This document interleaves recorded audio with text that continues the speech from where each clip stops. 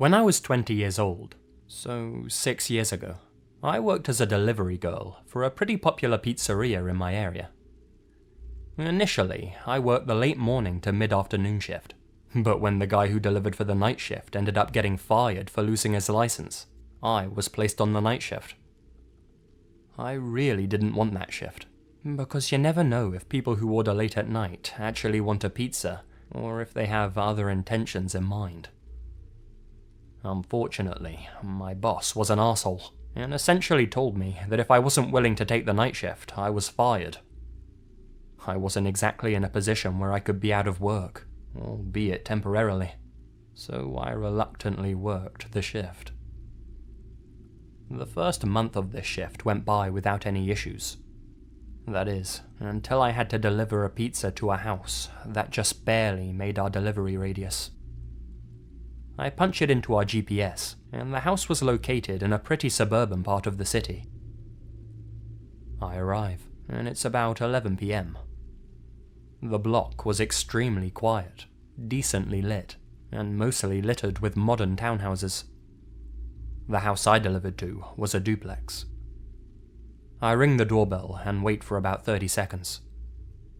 No answer. I ring it again and wait about another 30 seconds. Still, no answer. I'm standing there, getting pretty nervous that something's about to go down. But, thankfully, a man opens the door. He looked like he was in his late 40s. He was pretty tall, maybe a little over 6 foot, and he was very skinny. I tell him his pizza is here, and he just stands there, staring at me. I ask him if he's okay, and he responded by saying, "Yeah, I'm fine. Sorry. I got off work not too long ago, and I'm zoning out a bit." Fair enough, I suppose. He hands me the money. I hand him the pizza. And as I'm making change, he says, "You're really beautiful, you know that?" Not really thinking too much into it, I thanked him for the compliment and gave him his change. I said goodnight, and he did too. I walked back to my car and finished my deliveries for the night. A few days later, I get a delivery order to the same place. I head over there around the same time as last time, and again ring the doorbell. He answers the door very excitedly and said, "Hey, it's you again. How are you?" I told him I was tired and that I couldn't wait to go home, which he chuckled at. "I know that feeling pretty well," he said as he was pulling out his wallet. As he's counting his money, he asks what my name is. Being kinda tired at this point, and not really thinking too straight, I stupidly tell him my name. As I'm making change, he asks if he could have my number, as he'd, quote-unquote, love to hang out with someone as gorgeous as I am. Whoa, buddy, pump the brakes. I've literally only met this guy like twice to deliver a pizza. I had no idea who this guy was, and I'm positive he barely knew who I was as well. Another thing to mention is that I looked way younger than I was at the time. I was told by numerous people that I still looked about 15, and I was hoping that he thought differently, and wasn't hitting on me because he thought I was a teenager. I'm just standing there awkwardly for a few seconds, before I muster out, "Sorry, I have a boyfriend." He gets upset and says, "Oh, okay, I see." We stand there in silence before I tell him to have a good night and walk back to my car. He says nothing and still stands at the doorway, staring at me until he finally went back inside once I started my car. I got a pretty creepy vibe from this guy, and even brought it up with my co-workers. They agreed it was pretty creepy. They all agreed, that is, except for my boss, who overheard everything and claimed that I was just making up stories for sympathy. Fucking arsehole. A week later, I'm working the night shift, and we get an order from that same guy again. This is when shit really hits the fan. I arrive at the house around 10:30 PM. Keep in mind that from my perspective on the road, It didn't look like a single light in that house was on. I get out of my car and I walk up to the front door with the pizza box. As I'm approaching the door, it quickly swings open to reveal the man. Except this time, he was wearing a suit. I jumped back. He laughs and says, "Sorry if I scared you. I saw you out of the window and figured I'd just open the door now so you wouldn't have to ring the bell." I was getting scared because, as I mentioned before, there were no lights on in his house whatsoever. He was just sitting in the dark this whole time? If so, why? I nervously laugh and say it's okay. He asked me if I liked his suit, to which I said yes. He then asks me, "Would you like to go on a date with me tonight?" What the fuck? I once again tell him that I have a boyfriend, to which he chuckles, gets close to me, and says, "Honey, there's no way a girl your age is in a serious relationship. If you go on a date with me, I'll show you how a real man treats a girl." He grabs the pizza box from me and throws it to the side. He then grabs me by my arms, hard. I'm officially shitting bricks at this point, and trying not to cry from the fear that was overwhelming me. I start pleading with him. "Dude, please, I just want to go home. I don't want to go on a date tonight." He just stares at me with the most sinister look I have ever seen on someone's face, and says, "I don't care. Get inside, now. We're gonna have a good time." He starts trying to pull me into his house, and I'm trying to resist as hard as I can. After a bit of struggling, he lets go of one of my arms and starts grabbing something out of his pocket, which I presumed was a knife. I did something that, to this day, I am thankful worked. I used my free arm to punch him as hard as I could in the stomach. This stuns him for a few seconds, and he loosens his grip on me, allowing me to break free. I quickly run to my car, and as I get in, he runs at me and starts trying to pull me out, holding the knife in the other hand. "Why are you making this so fucking difficult?" I grab a half-empty bottle of soda I had in the cup holder and throw it. Luckily, it hits him in the head, and he lets go. I slam the door, and then, all of a sudden, he jumps right on the hood of my car and starts scratching and banging on my windshield with the knife. I put the car in reverse and quickly back out of the spot, reversing down the road with him desperately trying to hold on.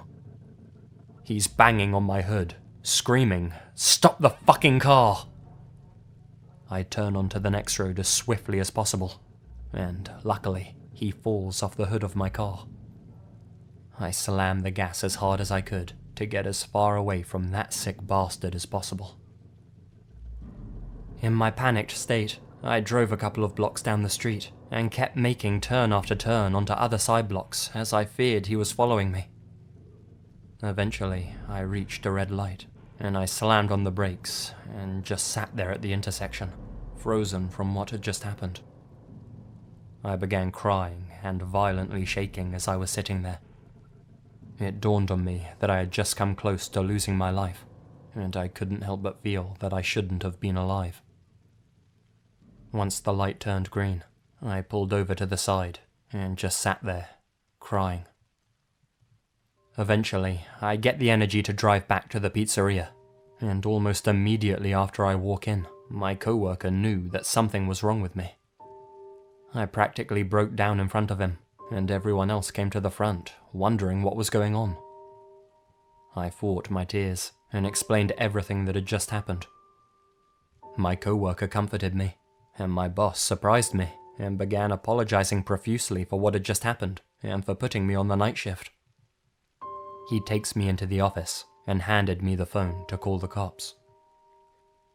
They arrive at the store, and I give them my statement, as well as taking pictures of any marks on myself and any scratches on my car. My coworker followed me as I drove home, and I collapsed on my bed. Strangely enough, I managed to fall asleep. I quit my job the next day, and luckily, a friend of mine managed to hook me up with a new job at her clothing store. As far as the psycho goes, 2 days later, I received an update from the police. The entire duplex was owned by the guy's brother, who lived on the right side with his wife. The psycho lived on the left side of the duplex. I learned that he had been in and out of jail constantly, at first for robberies and assaults, but later on, it was for sex crimes. He had been released from jail for about 5 months before this encounter. When the cops arrived at the house, he was long gone, and his family had no idea where he had run off to. The police insisted that they would find him. Indeed, they did. Only not alive. Apparently, the guy had fled to a nearby city and attempted to kidnap a teenager walking alone late at night on the street. Luckily, somebody happened to be looking out their window at the right time. They called the cops, and the police caught him trying to force her into his car. He manages to flee, and the police chase after him. He blew a red light near a busy boulevard, and a van slammed right into the driver's side of the car. By some sort of miracle, the driver of the van only sustained minor injuries. The psycho, on the other hand, succumbed to his wounds long before the ambulance even arrived. I thanked the officers for everything they had done and for informing me, and I walked out of the station. I walked down the street and light up a cigarette, taking in everything I had just been told. I don't wish death on people, but after hearing about his death, I felt relieved. I felt relieved that he couldn't hurt anyone anymore. I was relieved that I would never have to encounter him again, and that I wouldn't have to go through with charging him and reliving what had happened that night. My last experience 2 years before this was scary, but I think this one takes the cake as being the scariest, as I was alone and face to face with a psycho. Who knows where I'd be if he managed to pull me inside that house.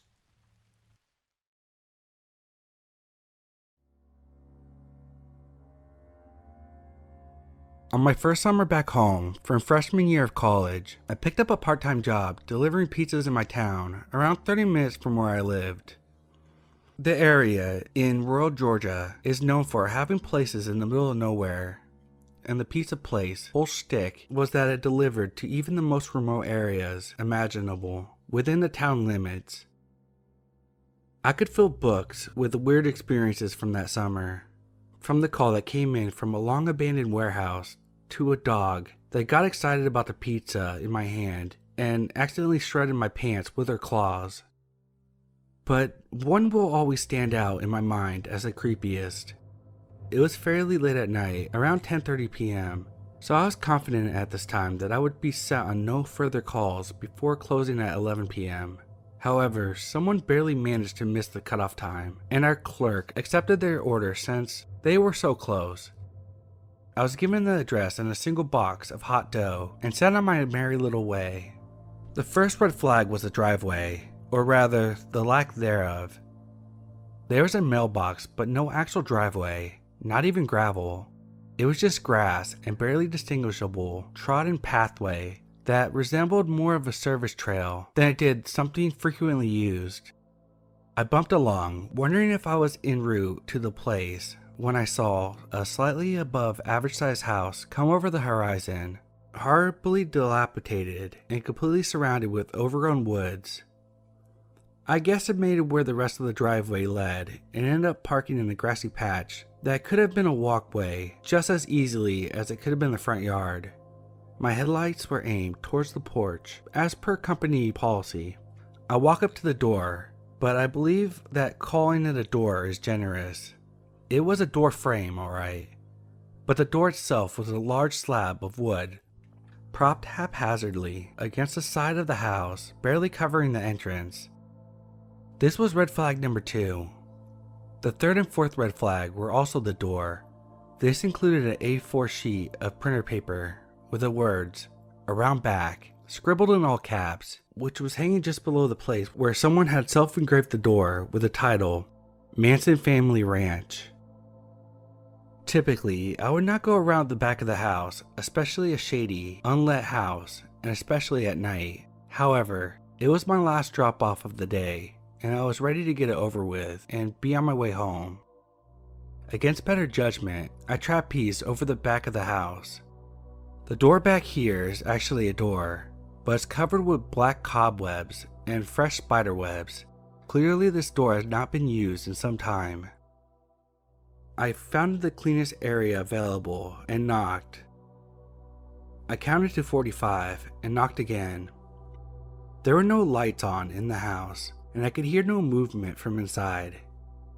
I knocked and counted again and repeated the sequence 3 more times before I was finally creeped out enough and decided to return to my car. As I turned, I finally heard a voice coming from inside the house, clearly agitated, but I couldn't tell what they were saying. I tried to knock 1 more time, and I was counting, and I heard something in the woods behind me. It started out as just movement deep in the trees, but soon enough I could make out distinct running footsteps coming directly towards me through the brush. As I'm standing there, coming to terms with my impending demise, I follow the direction of the noise to the edge of the woods, which is around 15 feet away from me. In the moonlight, I could clearly see the woman who stepped out. She was relatively old, maybe in her 60s, I would guess. She had long blonde gray hair, which was tangled and matted and hung down past her hips. She was in what looked like to be originally a white nightgown, but at this time it was dingy and closer to beige brown color.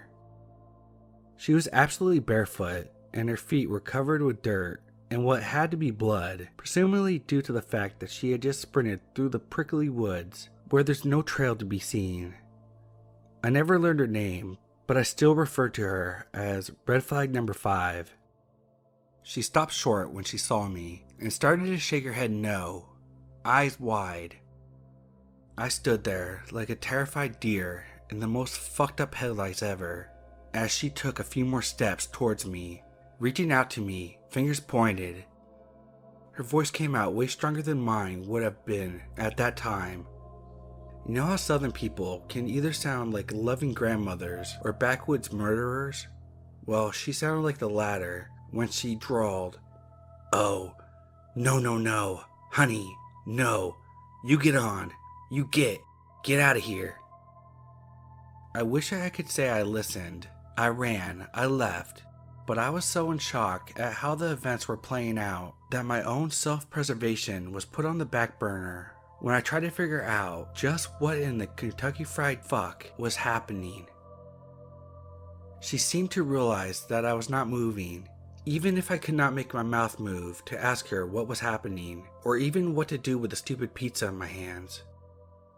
She looked at me like she could have smacked the hell out of me right then and there, and proceeded to deliver red flags 6 through 12.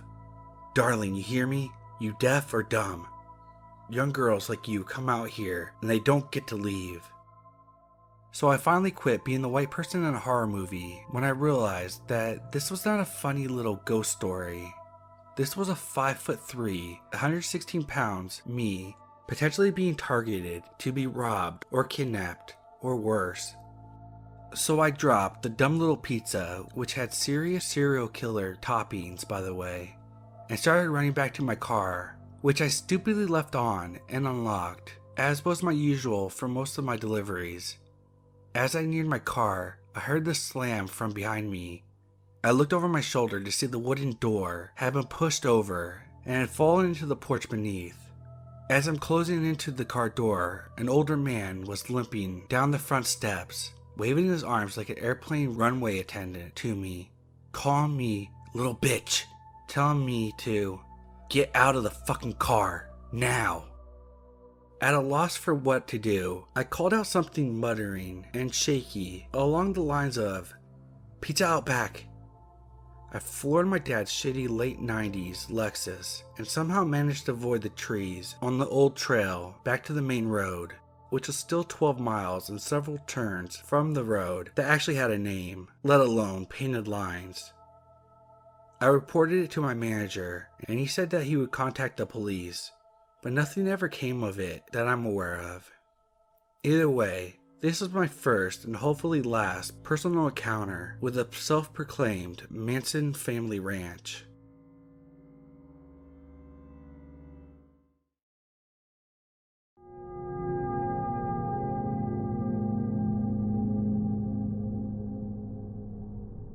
So, I had this part-time job when I was in high school, working as a pizza delivery driver for a large pizza chain.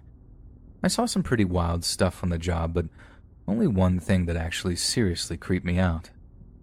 I'm making this routine delivery to some innocuous-looking house, but when the guy answers the door, he just sort of grabs the pizza, thrusts a fistful of ones in my face, then slams the door behind him. At first, I'm just like, rude. But then when I count the money, I find that not only has this guy not given me enough for his 20-inch meat lovers, but he's not even bothered to tip me. I'd been burned once or twice before when it came to my count, and the difference ended up coming out of my wages, so I was not about to let that nonsense happen a third time. I ended up banging on the guy's door for like a solid 5 minutes before he answered. Like I could see him moving around behind the frosted glass panel, but totally ignoring my knocking. In the end, I lose my temper and say something like, "Hey man, don't try and finesse me out of money. I don't want to have to call the cops, but I will." Boom. Those were the magic words. He comes right up to the front door and opens it up. Not all the way, maybe a third of the way open. This guy is saying sorry a whole lot. Like almost too much. He's all pale, he's sweating, his hands are shaking as he passes me out a 20, just laying the sorry the whole time. I'm just thinking, what's this guy's problem? But then I catch a glimpse of something in the hallway behind the guy, and suddenly I've got a good idea what the guy's deal was. There's a dark red stain on the wooden floor, maybe the size of a manhole cover, and next to it are what look like all kinds of different cleaning products. I take one quick look at that, then at the guy, and he just slams the door in my face. I'm back in my car and speeding back to the pizza place faster than you can say F that. As soon as I get there, I call the cops. As it turned out, I had legit interrupted this guy cleaning up a murder. And from what I heard, the guy was having an affair with a high school girl that was like 30 years his junior. She's over at his place while his wife is out of town, orders pizza at some point, then before it even arrives, the guy kills her because she's threatening to ruin his marriage or something. He had no clue that she'd ordered the pie, panics when I show up at the door, and that's how he got caught. Crazy story, right? But for me, the craziest part isn't so much the whole murderous infidelity thing. It's that before she was murdered, this girl unwittingly kicked off a chain of events that would catch her own killer. I had to go to court a bunch of times too, since I was basically the case's star witness, and it was so freaky seeing that guy looking at me when I talked to the prosecutor. He'd literally killed a girl with his own hands, and there he was, giving me death stares. Like I said, I've seen some wild stuff working pizza delivery, but only one thing that gave me nightmares. That guy's eyes.